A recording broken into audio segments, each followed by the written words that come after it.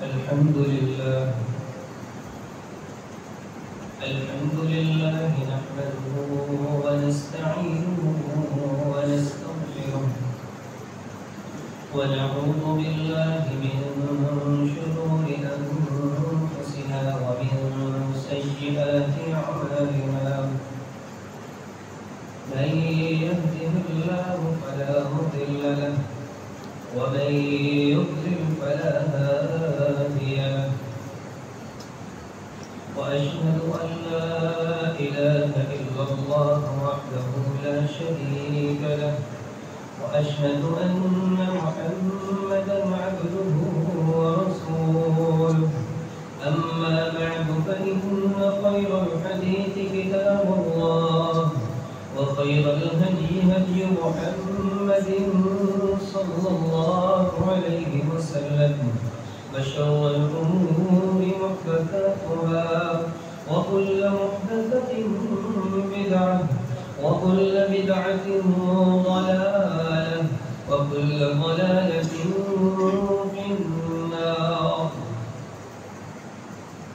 يا أيها الذين آمنوا اتقوا الله حق تقاته ولا تموتن إلا وأنتم مسلمون. يا أيها الناس اتقوا ربكم الذي خلقكم من نفس واحدة وخلق منها زوجها وبث منهما رجالا كثيرا ونساء واتقوا الله الذي تساءلون به والأرحام إن الله كان عليكم رقيبا. يا أيها الذين آمنوا اتقوا الله وقولوا قولا سديدا يصلح لكم أعمالكم ويغفر لكم ذنوبكم ومن يطع الله ورسوله فقد فاز فوزا عظيما. اللهم صل على محمد وعلى آل محمد كما صليت على إبراهيم وعلى آل إبراهيم إنك حميد مجيد. اللهم بارك على محمد وعلى آل محمد كما باركت على إبراهيم وعلى آل إبراهيم إنك حميد مجيد. رب اشرح لي صدري ويسر لي أمري واحلل عقدة من لساني يفقهوا قولي. رب يسر ولا تعسر وتمم بالخير. أعوذ بالله السميع العليم من الشيطان الرجيم من همزه ونفخه ونفثه. بسم الله الرحمن الرحيم. واذكر في الكتاب إبراهيم إنه كان صديقا نبيا.